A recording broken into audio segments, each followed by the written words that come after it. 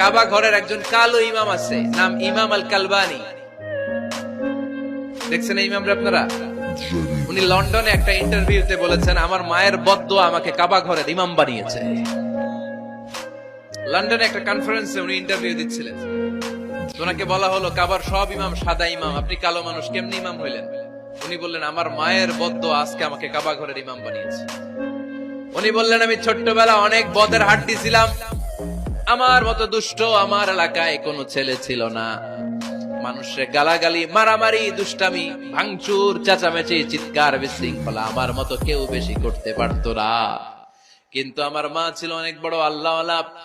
আমার মা জানতেন আল্লাহর কাছে দোয়া করার কত বড় পাওয়ার। আমার মা যখন আমার উপর রেগে যেতেন, আমার মা জানতেন রাগের মাথায় বদদোয়া দিলে বদদোয়া কবুল হয়ে যাবে।